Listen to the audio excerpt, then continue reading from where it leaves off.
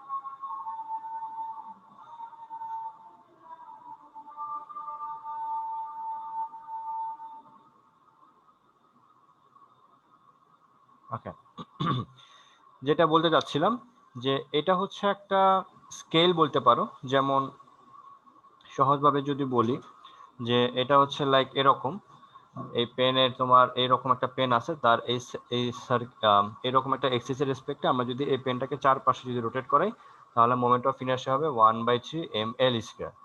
আর যদি এক্সিসের রেসপেক্টে এই বক্সটাকে বা এই একটা যে আমাদের রড আছে, এটাকে যদি ঠিক মিড পয়েন্টে রেখে চারপাশে রোটেট করে, তাহলে কত হবে? 1/12 হবে। ওকে, এটা হচ্ছে গিয়ে কি, এটা হচ্ছে গিয়ে একটা প্লেট।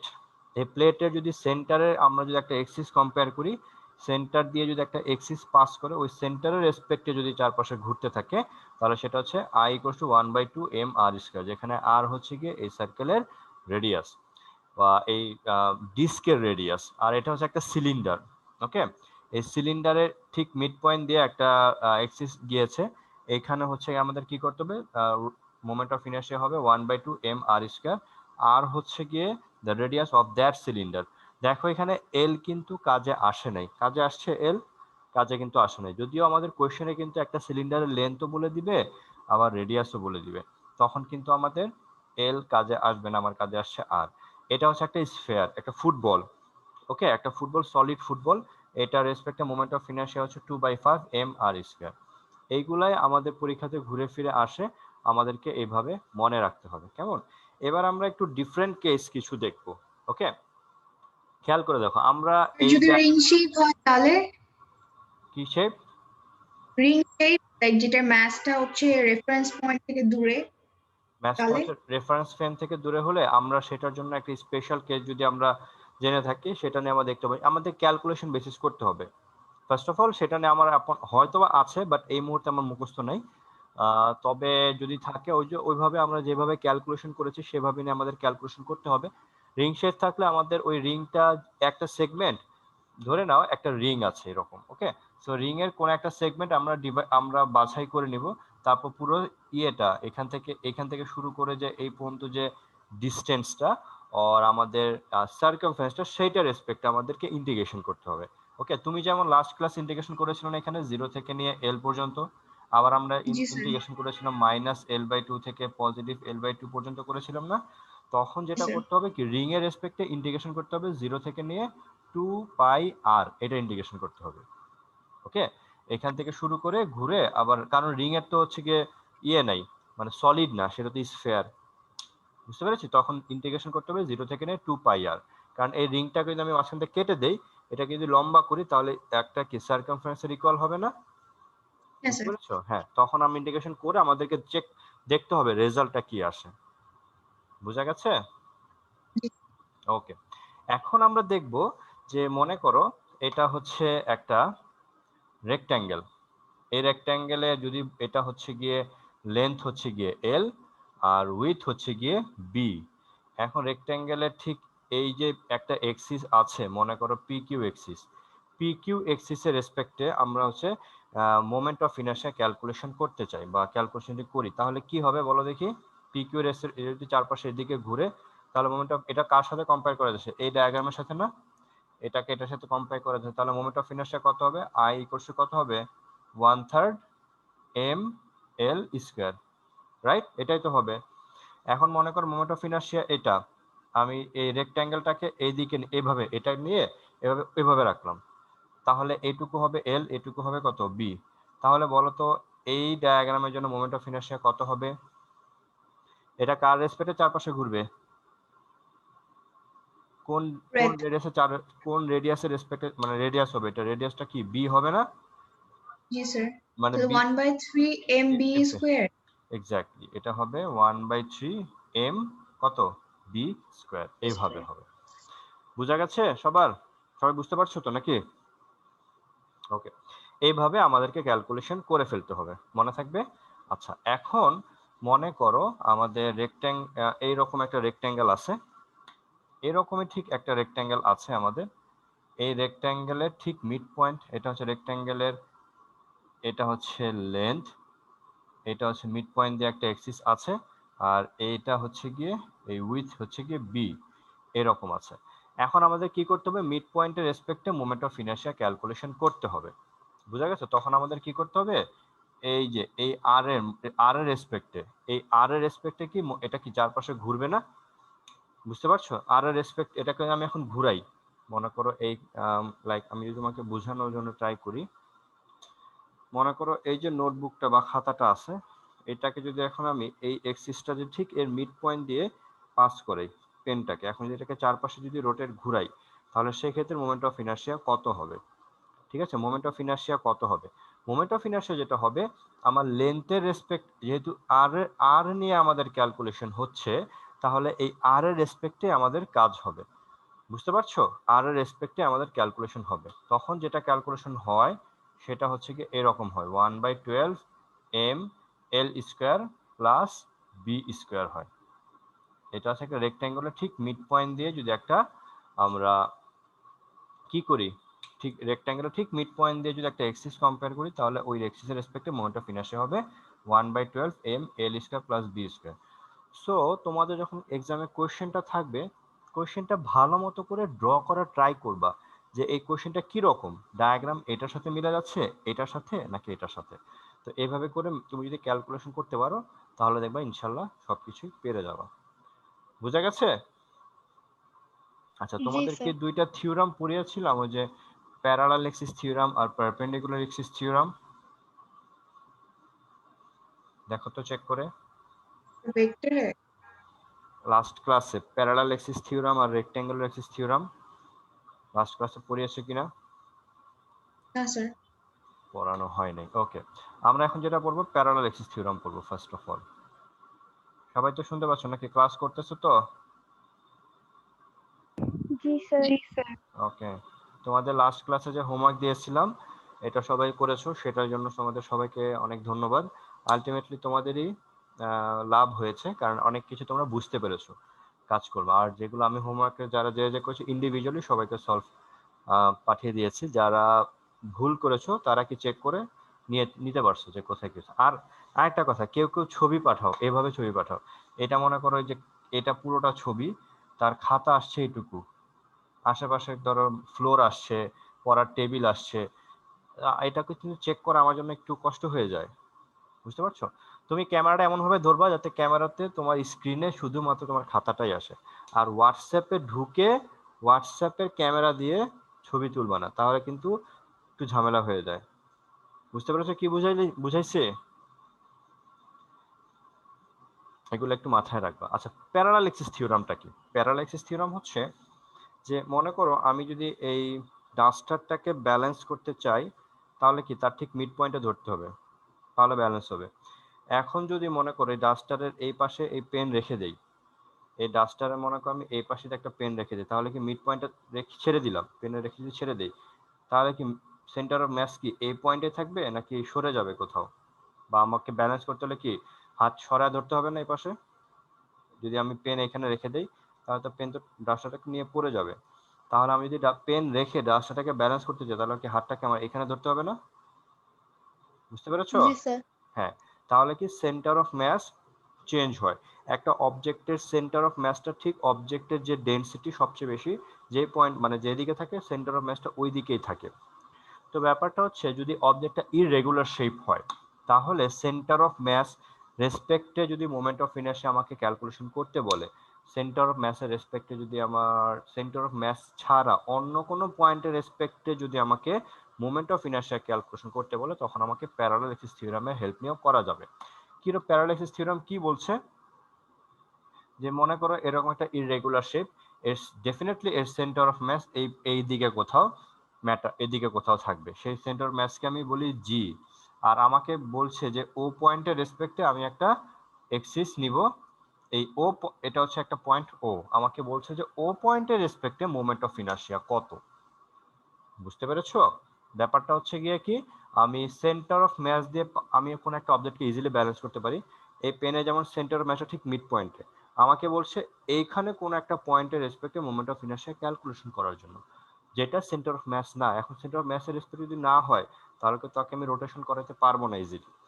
তখন এই ও পয়েন্টের রেসপেক্টে মোমেন্ট অফ ইনার্শিয়া ক্যালকুলেশন করার জন্য আমাকে যেই ম্যাথমেটিক্সের হেল্প নিতে হবে, ম্যাথমেটিশিয়ানরা বলছে যে সেন্টার অফ মাসের না এমন একটা পয়েন্টের রেসপেক্টে যদি মোমেন্ট অফ ইনার্শিয়া ক্যালকুলেশন করতে বলে, ফার্স্ট অফ অল আমরা সেন্টার অফ মাস দিয়ে একটা এক্সিস ইমাজিন করব। তখন যেটা হবে এই ও পয়েন্টের রেসপেক্টে মোমেন্ট অফ ইনার্শিয়াকে আমি আই ও বলি, সেটা হবে কি জি পয়েন্টের রেসপেক্টে moment of inertia plus M, M হচ্ছে এই অবজেক্টের মাস আর এইচ হচ্ছে এই দুইটা এক্সিসের মাঝখানে এই দুইটা এক্সিসের মধ্যবর্তী যে ডিসটেন্স সেটা, আর এম হচ্ছে কি এটার মাস, এটা হচ্ছে স্কোয়ার হবে। বুঝতে পেরেছি? ও পয়েন্টের রেসপেক্টে মোমেন্ট অফ ইনার্শিয়া হবে এই জি পয়েন্টের রেসপেক্টে মোমেন্ট অফ ইনার্শিয়া প্লাস অবজেক্টের মাস ইনটু এই দুইটা এক্সিসের যে ডিসটেন্স সেটাকে স্কোয়ার করে মাল্টিপ্লিকেশন করে আই জি এর সাথে অ্যাড করে দিলেই ও পয়েন্টের রেসপেক্টে মোমেন্ট অফ ইনার্শিয়া আমি পেয়ে যাব। বুঝা গেছে ফর্মুলাটা সবাই? জি স্যার। ওকে, এখন আমি তোমাদেরকে একটু পেছনে যাই, লাস্ট ক্লাসে যেগুলো পড়েছি ওইটা রেসপেক্টে যাই। যেমন ধরো এই ডায়াগ্রামের রেসপেক্টে মোমেন্ট অফ ইনার্শিয়া আমরা লাস্ট ক্লাসে পড়ে এসেছিলাম কত 1/3 ml স্কয়ার। আর যদি এটা যদি মিড পয়েন্টের রেসপেক্টে হয় মোমেন্ট অফ ইনার্শিয়া তখন আমরা কি পড়ে আসছিলাম I ইকুয়ালস টু কত 1/12 কত m 1/12 ml স্কয়ার। এখন খেয়াল করে দেখো আমরা আমরা হচ্ছে এই ফর্মুলা অ্যাপ্লাই করে এই ডায়াগ্রামে মোমেন্ট অফ ইনার্শিয়া যে 1/3 আসছে সেটা আমরা ক্যালকুলেশন করতে চাই। কিভাবে? এই ধরনের একটা রড, এই রডের ঠিক মিড পয়েন্টের রেসপেক্টে মোমেন্ট অফ ইনার্শিয়া ক্যালকুলেশন করব। এই রডের লেন্থ হচ্ছে গিয়ে এল, এই রডের ম্যাস হচ্ছে গিয়ে এম। আমি এখন এটা হচ্ছে পি কিউ এক্সিস, আমি এখন যেটা করব এখানে এক্স ওয়াই এক্সিসের রেসপেক্টে মোমেন্ট অফ ইনার্শিয়া ক্যালকুলেশন করব। The difference between P and Q equals to কত এইচ। তাহলে আমি কি লিখবো আই অফ এক্স ওয়াই কত লিখবো I of p q plus কত লিখবো এম ইন্টু কত এইচ স্কোয়ার, এটা লিখবো না? বলো তো খেয়াল করে সবাই। কারণ Yes, এটা sir. কারণ এই পয়েন্ট হচ্ছে সেন্টার অফ মাস, এই অবজেক্টের ঠিক মিড পয়েন্টে। এখন বলো দেখি তোমরা এই এইচ এর লেন্থ, এইচ কে আমি কি এল বাই এইচটা কি এই লেন্থের হাফ পোর্শনটা না, তাই না? এইচটা হচ্ছে এই লেন্থের কি হাফটুকু না? তাহলে আমরা পড়ে আসছি মিড পয়েন্টের রেসপেক্টে মোমেন্ট অফ ইনার্শিয়া আমরা পড়ে এসেছি 1/12 এম এল স্কোয়ার। আর এম তো এম, আর এইচ এর বদলে আমি কি L/2 লিখতে পারি না? দেখো তো পারবো? এইচ এর বদলে L/2 Yes. অবভিয়াসলি লিখতে পারবো। এখন দেখো এটা কি হবে 1/12 এম এল স্কোয়ার, এটা হবে কত 1/4 এম এল স্কোয়ার। এটাকে যখন এলসিএম করি এটা হবে 12, 12 হলে কত হবে এটা হবে এম এল স্কোয়ার, আর এটা কত হবে 3 এম এল স্কোয়ার। আলটিমেটলি কত হবে 4 এম এল স্কোয়ার, আর এখানে 12, 4 দিয়ে 12 কে ডিভাইড করলে কত হবে 1/3 এম এল স্কয়ার। দেখো তো ব্যাক করছে না এখানে, এখানে ব্যাক করেছে। জি স্যার। তো এক্স ওয়াই রেসপেক্টে moment of inertia 1/3 ml square, যেটা আমরা লাস্ট ক্লাসে পড়ে এসেছিলাম। এখানে আমরা কি প্যারালাল এক্সিস থিওরেম দিয়ে এই ফর্মুলাতে আসতে পেরেছি। বুঝা গেছে সবাই? বুঝতে পেরেছো সবাই? স্যার থার্ড লাইনটা কিভাবে আসলো বুঝতে পারিনি। 1 2 3 এটা জি স্যার। এল কে স্কয়ার করলে এল স্কয়ার, 2 কে স্কয়ার করলে কত হবে? 1/4 হবে না? ও হ্যাঁ স্যার, 1/2 বুঝছি এবার। থ্যাংক এটা এসছে। এটা হচ্ছে গিয়ে প্যারালাল এক্সিস থিওরাম। ওকে, প্যারালাল এক্সিস থিওরাম দিয়ে আমরা এভাবে ম্যাথমেটিক্সগুলো করতে পারবো। এবার আমি তোমাদের একটা হোমওয়ার্ক দিই। হোমওয়ার্ক না, এখনই করবে এটা খুব দ্রুত। ক্যালকুলেটর হাতে নাও, ক্যালকুলেটর হাতে নিয়ে খুব দ্রুত করে ফেলবা, অ্যান্সারগুলো সবাই করে ফেলবা। এটা হচ্ছে একটা রড। এই রডের ম্যাস হচ্ছে গিয়ে 2 কেজি। এই রডের লেন্থ হচ্ছে গিয়ে 60 centimetre. Okay, 60 centimetre.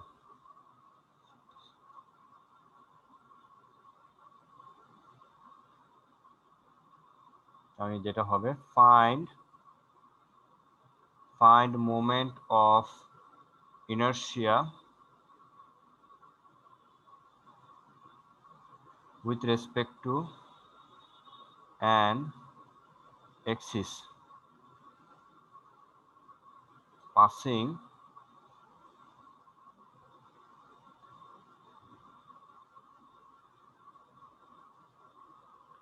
through a point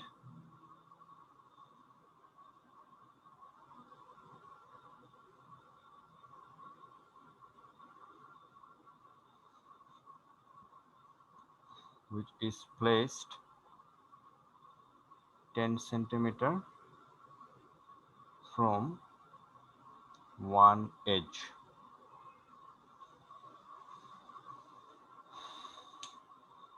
এখানে বলেছে যে এটা একটা রড আছে, এটার ম্যাস হচ্ছে গিয়ে 2 কেজি, এটা লেন্থ হচ্ছে গিয়ে 60 centimetre. Find moment of inertia with respect to an axis passing through a point which is placed 10 centimeter from one edge. এটা এজ থেকে 10 সেন্টিমিটার ভিতরে ভিতরে কোন একটা পয়েন্ট দিয়ে পাস করছে, এমন একটা পয়েন্টের রেসপেক্টে মোমেন্ট অফ ইনারশিয়া আমাদেরকে কি করতে হবে? ক্যালকুলেশন করতে হবে। ওকে, সবাই কি দেখতে পাচ্ছ? জি স্যার। ওকে, তো আমাদের আমি কি বলবো এখানে point is place 10 centimetre from the edge. এখান থেকে আমি 10 সেন্টিমিটার যাব এই এজের রেসপেক্টে, এই এজ থেকে 10 সেন্টিমিটার ভিতরে, তাহলে এইটুকু হচ্ছে গিয়ে কত? 10 সেন্টিমিটার। এখন আমি এই পয়েন্টটাকে নাম দিই, এটা হচ্ছে এবি অ্যাক্সিস। আর ঠিক 0.4 হ্যাঁ, 0.4 আসে। অ্যান্সার তো আমি জানি না। আর এটা হচ্ছে মনে করো এক্স ওয়াই রেসপেক্টে মোমেন্ট অফ ইনারশিয়া। এখন এক্স ওয়াই তো যে এক্স ওয়াই এক্সিসটা মিড পয়েন্ট দিয়ে পাস করছে, সেন্টার অফ ম্যাস দিয়ে পাস করছে, তাহলে আই অফ এ বি, এটা মোমেন্ট অফ ইনারশিয়া কত হবে? I of x Y plus কত? M H square. এইচটা কত? এই দুটো এক্সিসের মাঝখানে যে গ্যাপটা সেটা। বলো দেখি, এই পুরোটা হচ্ছে 60 সেন্টিমিটার, রাইট? তাহলে এটুকু কত? এটুকু এটুকু কত? 8 30। সেন্টিমিটার। এইটুকু 30, পুরোটা যদি 60 হয় এটুকু 30, এটুকু ও 10 হলে 60, আচ্ছা 60, এই স্যার পুরোটা আমি না 6। দেখতে পাচ্ছি না। একবার সবাইকে দেখতে পাচ্ছ না নাকি একজন? স্যার আমি দেখতে পাচ্ছি তো। আচ্ছা, তাহলে একটু তুমি যারা দেখতে পাচ্ছ না তারা আরেকবার রিস্টার্ট দাও। পুরোটা হচ্ছে 60 স্যার সেন্টিমিটার। ক্যামেরাটা একটু সামনে নিলে ভালো হতো। আর তো সামনে নিতে জি পারা স্যার, পসিবল হচ্ছে না, এর থেকে বেশি সামনে নিলে আমাকে দেখতে পাবা না, মানে আমার শুধু বডি দিয়ে পুরো বোর্ড ঢেকে যাবে। পুরোটা এখানে হচ্ছে 60 সেন্টিমিটার, এইটুকু হচ্ছে 30 সেন্টিমিটার, এইটুকু 10 হলে এই এইচ এর ভ্যালু কত হবে বলো দেখি? এইচ কত 20 হবে? 20 সেন্টিমিটার। সো আমরা বলতে পারবো, তো এখানে এম হচ্ছে গিয়ে 60 এম হচ্ছে গিয়ে কত? 2 কেজি। এল হচ্ছে গিয়ে কত? 60 সেন্টিমিটার অর 0.6 কত মিটার। তাহলে এইচ কত হবে? 0.630। 0.3 থেকে আমাদের বাদ দিতে হবে 0.1 মিটার, তাহলে এটা কত হবে? 0.2 মিটার এইচ। বুঝা গেছে সবাই? বুঝতে পেরেছো এটা? এইচ এইচ আমাদের জি এরকম স্যার। ম্যাথ থাকলে আমাকে এইচটাকে ক্যালকুলেশন করে নিতে হবে কিভাবে এই 0.2 বা 20 সেন্টিমিটার আসছে সেটা আমাদেরকে আগে বলে নিতে হবে। সো এইভাবে আমাদের আসলো কত x y, I of x y এর ভ্যালু কত হবে বা এক্সপ্রেশন কি হবে 1/12 এম এল স্কোয়ার, আর এখানে আছে এম এইচ স্কোয়ার, সবার ভ্যালু দেওয়া আছে, বসাইলে খুব সহজ একটা ক্যালকুলেশন, এটা তোমরা পেরে যাবা। কোনো কনফিউশন আছে এই ম্যাথটাতে? কারো কোনো কনফিউশন বা কোয়েশ্চেন থাকলে বলো, আর যদি না থাকে লেখা হয়ে গেলে মুছে দিচ্ছি। জি স্যার, বুঝেছি। ওকে, বুঝেছো সবাই? কে কে আসছে আজকে দেখি তো, সবাই আসছে? মিসিং কে? আদিতা। আফিফা আসছে, আয়েশা আসছে। আফিফা আসছে। হুম হুম, আফিফা আসছে। আফিফা আসছে, ঠিক আছে। তো এই হচ্ছে গিয়ে আমাদের এই ম্যাথ প্যারালাল অ্যাক্সিস থিওরাম একটা অ্যাপ্লিকেশন, এরকম ম্যাথ আসলে আমরা কিন্তু ভুল করব না, ঠিক আছে? আচ্ছা, এখন বলো দেখি, এটা হচ্ছে একটা সার্কেল, ওকে? সার্কেলের মনে করো রেডিয়াস বলে দিল 2 মিটার মনে করো, ম্যাস বলে দিয়েছে সাপোজ 5 কেজি। এই সার্কেলের ঠিক এই পয়েন্ট দিয়ে একটা মানে সার্কামফারেন্সের উপর কোন একটা পয়েন্টের রেসপেক্টে আমি মোমেন্ট অফ ইনারশিয়া ক্যালকুলেশন করব। কিভাবে ক্যালকুলেশন করব বলো দেখি? আমি কি করব, সার্কেলের সেন্টার দিয়ে পাস করছে এমন একটা এক্সিস আছে, সেই এক্সিসটা আমি বলে নেই এক্স ওয়াই, এই এক্সিসটাকে বলি আমি A B.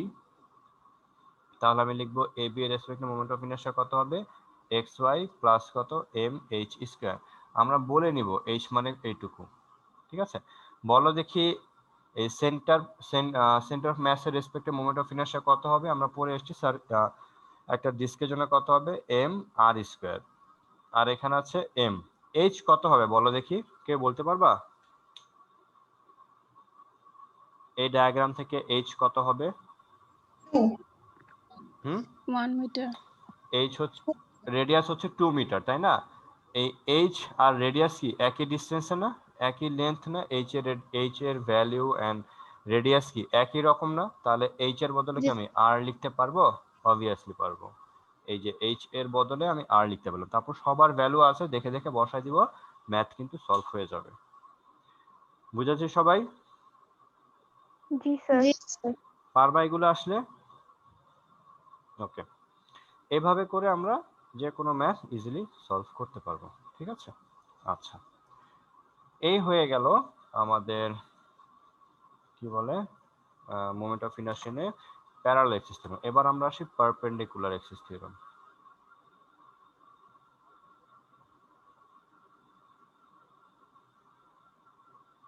Perpendicular axis theorem, perpendicular axis থিওরামটা কি? পারপেন্ডিকুলার অ্যাক্সিস থিওরাম হচ্ছে এরকম যে আমাদের যে তিনটা অ্যাক্সিস আছে, এখানে এক্স অ্যাক্সিস, এটা হচ্ছে ওয়াই অ্যাক্সিস, এটা হচ্ছে জেড অ্যাক্সিস। হুম, এখন এটা বুঝাইতে হলে আমাকে কি করতে হবে, একটা সুন্দর তিনটে অ্যাক্সিস হাতের মধ্যে ড্র করতে হবে। হুম, এটা হচ্ছে এই পিঙ্ক কালার যে পেনটা সেটা হচ্ছে এক্স অ্যাক্সিস, এই গ্রিন কালার ক্যাপের যে পেন এটা হচ্ছে জেড অ্যাক্সিস, আর আমার হাতের এই পাশে মার্কার যে ব্লু এটা হচ্ছে ওয়াই অ্যাক্সিস, ঠিক আছে? কোনো একটা অবজেক্ট যদি এক্স অ্যাক্সিসের রেসপেক্টে রোটেট করে তাহলে সে এক্স অ্যাক্সিসের চারপাশে ঘুরবে, যদি ওয়াই অ্যাক্সিসের রেসপেক্টে রোটেট করে তাহলে ওয়াই অ্যাক্সিসের চারপাশে ঘুরবে, এই দিক থেকে গিয়ে এইভাবে ঘুরবে, এইভাবে, ওকে?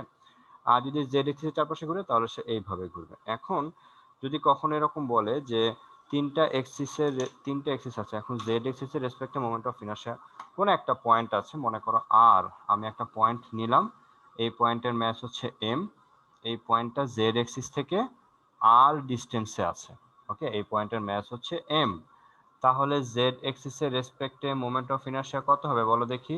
এম আর স্কয়ার লিখবা না? তাই তো লিখবা নাকি? জি স্যার।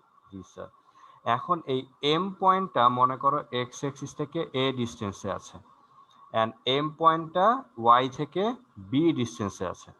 তাহলে আমি এই যে দেখো তো, এক্স অ্যাক্সিস যদি ওয়াই অ্যাক্সিস সাথে পারপেন্ডিকুলার ডিস্টেন্সে থাকে তাহলে এই এ এর সাথে বি এটাও কি পারপেন্ডিকুলার থাকবে না? এর সাথে বি, জি স্যার। জি স্যার। এটুকু যদি বি হয় তাহলে এটুকুও কত হবে? বি হবে। এটুকু বি হলে এটুকুও বি হবে। ওয়াই এর সাথে এক্স যদি পারপেন্ডিকুলার থাকে তাহলে বি এর সাথে এও কি থাকবে? পারপেন্ডিকুলার থাকবে না? জি স্যার। আর এই বি এর এই পয়েন্টটাকে আমি আর বলতে পারবো। তাহলে হোয়াট ইজ আর? এটাকে লেখা যাবে এ স্কয়ার প্লাস বি স্কয়ার। জি যাবে স্যার। লেখা? অবভিয়াসলি লেখা যাবে। এখন খেয়াল করে দেখো, এই যে আর এর বদলে যে a square plus b square লিখলাম, তাহলে এখানে আমি লিখে ফেলি m equals to a square plus b square. এখানে কত হবে? এম এ স্কয়ার প্লাস কত হবে? M b square. দেখো তো এম এ স্কয়ার এটা কোন এক্সিস এর রেসপেক্টে মোমেন্ট অফ ইনারশিয়া? এই যে এ রেসপেক্টে চারপাশে ঘুরতেছে না এখানে? দেখো জি তো স্যার। খেয়াল করে, এ রেসপেক্ট এক্স এক্সিস এর রেসপেক্টে চারপাশে ঘুরতেছে, এটাকে রেডিয়াস কম্পেয়ার করে, তাহলে আমি এখানে লিখতে পারি কি আই অফ এক্স। আর এখানে কি এম বি মানে কি বি কে রেডিয়াস ধরে চারপাশে যদি অবজেক্টটা ঘুরে তাহলে ওয়াই এক্সিস এর রেসপেক্টে চারপাশে ঘুরবে এইভাবে, এইভাবে ঘুরবে। আর এক্সিস এর রেসপেক্টে সে এইভাবে ঘুরবে। তখন কি হবে? এখানে লিখতে পারি আই অফ ওয়াই। তো কমপ্লিটলি আমি যে ম্যাথমেটিক্যাল ইকুয়েশন লিখতে পারলাম যে জেড এক্সিস এর রেসপেক্টে মোমেন্ট অফ ইনারশিয়া হবে আই এক্সিস এর রেসপেক্টে moment of inertia plus Y axis এর রেসপেক্টে মোমেন্ট অফ ইনারশিয়া এডিশন। বুঝা গেছে? জি স্যার। ওকে, এটা হচ্ছে পারপেন্ডিকুলার এক্সিস থিওরাম। তো এটাও এভাবে আসলে আমরা ইনশাল্লাহ এভাবে অ্যান্সার করতে পারবো। কিভাবে ম্যাথ আসবে, আসলে ম্যাথ দেখলে তুমি বুঝতে পারবা কখন কিভাবে অ্যাপ্লাই করতে হবে। তো এটা হচ্ছে পারপেন্ডিকুলার এক্সিস থিওরাম। এটা কিন্তু এক্সামে আসে যে পারপেন্ডিকুলার এক্সিস থিওরামটা কি, এটা লিখো, 1 মার্কের জন্য আসে। আমরা কিন্তু এগুলো ভুল করব না। বুঝা গেছে? জি স্যার। ওকে, আমাদের প্যারালাল এক্সিস থিওরাম হয়ে গেল, পারপেন্ডিকুলার এক্সিস থিওরাম হয়ে গেল। এখন আমরা করব কিছু আমরা যেমন আই ম্যাথস পড়ে লিনিয়ার, আমরা যেমন অ্যাঙ্গুলার ভেলোসিটি পড়েছি, অ্যাঙ্গুলার অ্যাক্সিলারেশন পড়েছি, অ্যাঙ্গুলার ম্যাথসও পড়লাম। অ্যাঙ্গুলার ম্যাথস তো না, ম্যাথসের সাথে অ্যাঙ্গুলার কোন একটা অবজেক্ট যদি একটা পয়েন্টকে সেন্টার করে চারপাশে ঘুরতে থাকে তাহলে ওর ম্যাথসটা হচ্ছে মোমেন্ট অফ ইনার সাথে কম্পেয়ার করা যায়। ওকে, এখন আমরা দেখবো অ্যাঙ্গুলার মোমেন্টাম কি বা অ্যাঙ্গুলার ফোর্স বলে কোনো কিছু আছে কিনা। ঠিক আছে, আমাদের যদি লিংক শেষ হয়ে যায় আমরা এই লিংকে আবার জয়েন করব সাথে সাথেই। আমাদের এইখানে যে এখন থেকে আমি যে কনসেপ্টগুলো পড়াবো এগুলা আমাদের সেকেন্ড ইয়ারে সবচেয়ে বেশি দরকার হবে। সেকেন্ড ইয়ারে প্রত্যেকটা চ্যাপ্টার এগুলো অনেক বেশি দরকার হবে। তো তোমরা যখন পড়বা খুব সুন্দর করে নোট করে ফেলবা, তোমাদের জন্য অনেক উপকার হবে। ঠিক আছে, আমরা দেখি যে স্যার এই ক্লাসের রেকর্ডটা কি আপনি দিয়ে দিবেন? কেন দরকার হবে না তো মনে হয়? তোমাদের তো সবাই করতেছো, তাই না? লাগবে রেকর্ড? জি স্যার। কেন স্যার রেকর্ড কেন দিলে ভালো দিলে হতো। দিলে ভালো হতো? আচ্ছা, যার লাগবে জানিও, দিয়ে দিব না। আসলে গ্রুপে দিয়ে দিন স্যার। গ্রুপে দিয়ে দিব। আচ্ছা দেখা যাক, আগে ক্লাসটা তো ভালো মতো করো। কারণ তুমি রেকর্ড থেকে করলে তো অবভিয়াসলি পরে দেখতে পাবা, কিন্তু লাইভ ক্লাসে তুমি যখন অনেক কিছু করবা অনেক কোয়েশ্চেন করতে পারবা, সাথে সাথে কিছু ম্যাথ করতে দেয়, এটার সাথে সাথে করা হয়ে যাবে। আচ্ছা, অ্যাঙ্গুলার মোমেন্টামটা কি সেটা একটু দেখা ট্রাই করি। ফার্স্ট অফ অল মোমেন্টামটা কি? মোমেন্টাম যেটা আমরা পড়ে আসছি ফিজিক্সে লাস্ট চ্যাপ্টারে, যে মোমেন্টামকে ফিজিক্সে পি দিয়ে এক্সপ্রেস করে, এখানে হচ্ছে গিয়ে কত এম ইন্টু ভি। ওকে, এম ইন্টু ভি, খেয়াল করে দেখো এটা হচ্ছে মোমেন্টাম। তাহলে অ্যাঙ্গুলার মোমেন্টামটা কি হবে? অ্যাঙ্গুলার মোমেন্টামকে ফিজিক্সে এল দিয়ে এক্সপ্রেস করে। এটা হচ্ছে গিয়ে রেডিয়াসের সাথে একটা অবজেক্টের মোমেন্টাম, লিনিয়ার মোমেন্টামের মাল্টিপ্লিকেশনটা হচ্ছে অ্যাঙ্গুলার মোমেন্টাম। এখন ব্যাপার হচ্ছে এখানে ক্রস কেন দিয়েছে? এখানে ক্রস দিয়েছে এই কারণে, কারণ হচ্ছে এটা হচ্ছে ভেক্টর কম্পোনেন্ট, এটা একটা ভেক্টর কম্পোনেন্ট, এন্ড যে রেজাল্ট পাবো এটাও একটা vector component, that is Y এখানে একটা ক্রস দিয়েছে। এখন বলবো যে আর কে আগে দিয়েছে, পি কে পরে দিয়েছে। পি কে আগে দিলে সমস্যা কি হইতো, আর কে পরে দিলে সমস্যা কি হইতো? মানে why L equals to P cross R, এটা হইল না কেন? এটা কেন হলো না? এটা কারণ হচ্ছে গিয়ে আমরা যখন রেডিয়াসের সাথে লিনিয়ার মোমেন্টামের ক্যালকুলেশন করে থাকি, ক্যালকুলেশন করে দেখা যায় যে আর কে ফার্স্টে রাখলে এল এর যে ডিরেকশন আমি ম্যাথমেটিক্যালি পাবো, তখন আর কে ফার্স্টে রাখলে এল এর ডিরেকশনের সাথে ম্যাচ হয়ে যায় ম্যাথমেটিক্স, এই কারণে আর কে ফার্স্টে রাখা হয়েছে, পি কে পরে রাখা হয়েছে। বুঝতে পেরেছি? এই কারণে আর কে জি স্যার। আরেকবার বলবেন? এখানে হচ্ছে গিয়ে ক্যালকুলেশন করে দেখা যায় কি আর এর সাথে পি ম্যাথমেটিক্স করে ক্যালকুলেশন করেছে, ক্যালকুলেশন করে যে ডিরেকশন পায় সেই ডিরেকশনের সাথে এল এর ডিরেকশন হচ্ছে মিলে যায় আর কে ফার্স্টে রাখলে। বাট আর কে যদি আমি পি এর পরে রাখি, সাপোজ পি ক্রস আর রাখি, তাহলে পি ক্রস আর করলে রেজাল্ট যে ডিরেকশনে আসে ফিজিক্যালি এল এর ডিরেকশন ডিফারেন্ট হয়। এই কারণে আর ক্রস পি রেখেছে, পি ক্রস আর রাখা হয় নাই। ওকে, এখন এটা ফিজিক্যাল ব্যাপারটা কি রকম? ফিজিক্যাল ব্যাপারটা হচ্ছে একটা মনে করা এরকম একটা অবজেক্ট আছে, এই অবজেক্টের ম্যাস হচ্ছে এম, এই অবজেক্টটা এরকম একটা সার্কুলার পাথে ওমেগা অ্যাঙ্গুলার ভেলোসিটিতে রোটেট করতেছে, এরকম একটা আর রেডিয়াসে। তো তখন তার অ্যাঙ্গুলার মোমেন্টামটা কিরকম হবে? অ্যাঙ্গুলার মোমেন্টাম হচ্ছে কি এই যে তার একটা ভেলোসিটি আছে, তার একটা মুভমেন্ট আছে, তার একটা ম্যাস আছে, তার মোমেন্টামটা কিরকম হবে? মোমেন্টামটা তো ডেফিনেটলি তার সে যে একটা ধাক্কা ক্রিয়েট করবে, ওই ধাক্কা যে ক্রিয়েট করবে ডেফিনেটলি তার ম্যাসের উপর ডিপেন্ড করবে, সে কত অ্যাঙ্গুলার স্পিডে ডিপেন্ড করবে সেটাও ডিপেন্ড করবে, এবং আর এর উপরও ডিপেন্ড করবে।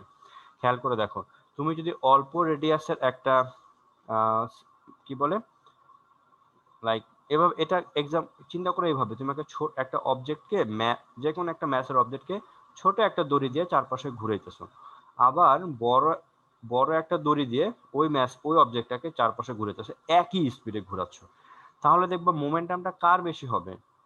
বলো দেখি, মানে কাকে তুমি মনে হবে যে বেশি ফোর্স নিয়ে সে সামনের দিকে এগিয়ে যাচ্ছে একই স্পিডে যদি ঘুরেতে থাকো, একটা ছোট রেডিয়াসে নিলে আরেকটা বড় রেডিয়াস নিলে, তখন তুমি যেটা দেখবা যে যার রেডিয়াস বেশি বড় ওর জন্য তোমার ঘুরাতে বেশি পরিমাণে ফোর্স অ্যাপ্লাই করতে হচ্ছে, অ্যান্ড ও তত ফোর্সে তোমার ঘুরতেছে। সো ডেফিনেটলি রেডিয়াসের উপর ডিপেন্ড করে বলেই এখানে আমাদের রেডিয়াসটা কনসিডার করতে হয়েছে।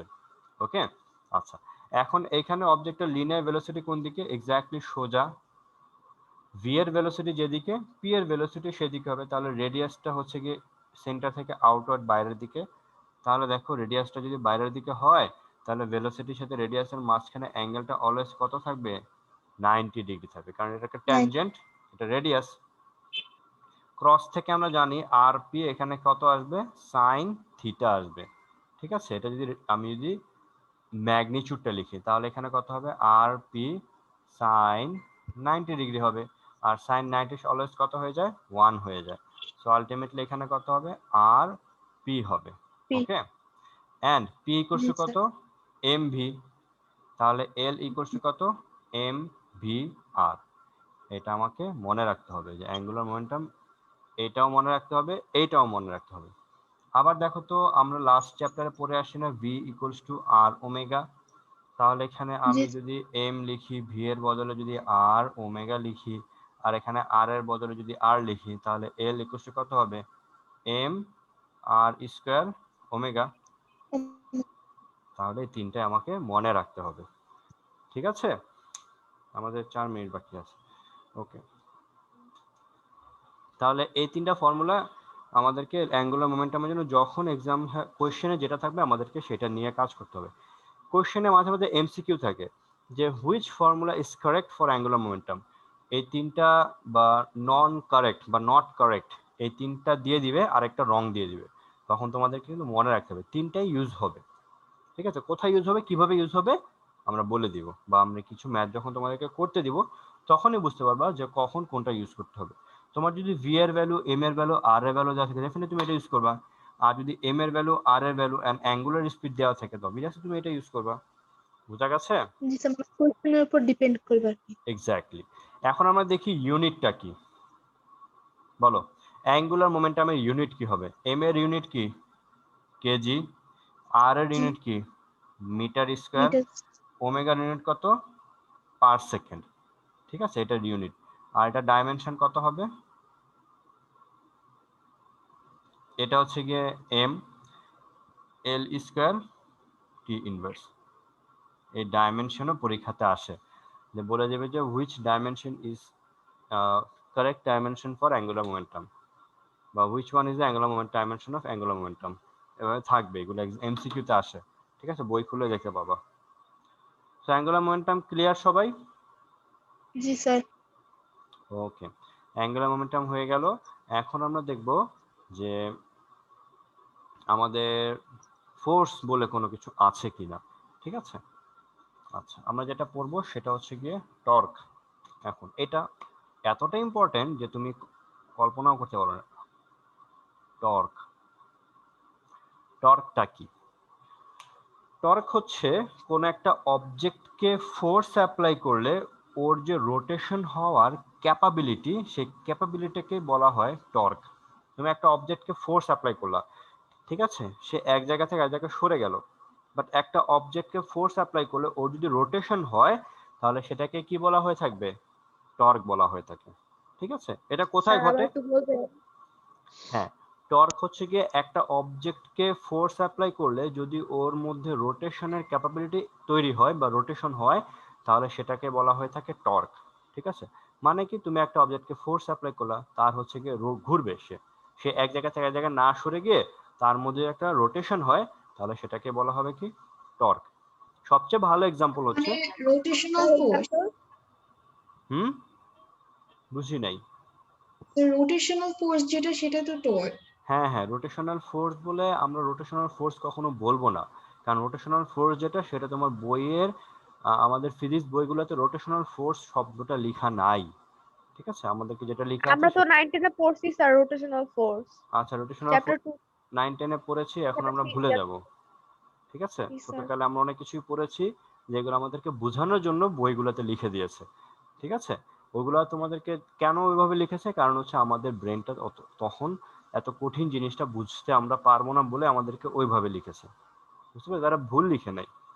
এখন আমরা যেটা বলবো টর্কটা কি, সবচেয়ে ভালো এক্সাম্পল কি, তুমি যখন তোমার দরজায় ধাক্কা দিবা, একটা ফোর্স দিবা, ওই দরজা কি তোমার এক জায়গা থেকে এক জায়গায় সরে যায় না তাকে রোটেশন হয়? বলো স্যার দেখি। দরজার রোটেশন হয় কিভাবে? দরজা রোটেশন হয় না, তুমি যখন দরজা ক্লোজ থাকে, তুমি যখন দরজা ধাক্কা দাও, ও কি এক জায়গা থেকে এইভাবে সাই করে ঘুরে খুলে যায় না? রোটেশন হইলো ও না, হ্যাঁ হ্যাঁ, জি তাই না? স্যার। তো তুমি ফোর্স অ্যাপ্লাই করলা, ওর কিন্তু রোটেশন হইলো। তো এইটা হচ্ছে গিয়ে, এই যে রোটেশন হয়েছে সেটাকে আমরা টর্ক বলবো। তাহলে এই যে তুমি একটা দরজাকে ধাক্কা দিলা, দরজাটা খুলে গেল, এটা কতটুকু রোটেশন হবে? রোটেশনের ভ্যালু বাড়বে না কমবে? এই রোটেশনটা কিসের উপর ডিপেন্ড করে? তুমি কত জোরে ধাক্কা দিছো সেটার উপর ডিপেন্ড করে না, নাকি করে না? বলো দেখি। রোটেশন হবে, রোটেশন যে হইলো বা তার মধ্যে যে রোটেশন হবে কি হবে না, সেটা কি ফোর্সের ভ্যালু ইনক্রিজ অর ডিক্রিজের উপর ডিপেন্ড করে নাকি করে না? ফোর্সের ভ্যালু বাড়াইলে রোটেশন হবে বা হবে কি হবে না, কি মনে হয় জি ফোর্সের সাথে স্যার কোনো রিলেশন আছে করে। কিনা? জি স্যার আছে। কি রকম রিলেশন আছে? স্যার ধাক্কা দিলে, স্যার জোরে ধাক্কা দিলে তো স্যার একটু ফাস্ট হবে, ফার্স্ট রোটেশন হবে, আর ফার্স্ট আস্তে ধাক্কা রোটেশন দিলে হবে, তো হ্যাঁ এক্স্যাক্টলি। আস্তে তার হবে। মানে টর্ক হচ্ছে গিয়ে ফোর্সের সাথে ডিরেক্টলি প্রপোর্শনাল। আচ্ছা, এখন তুমি মনে করো এই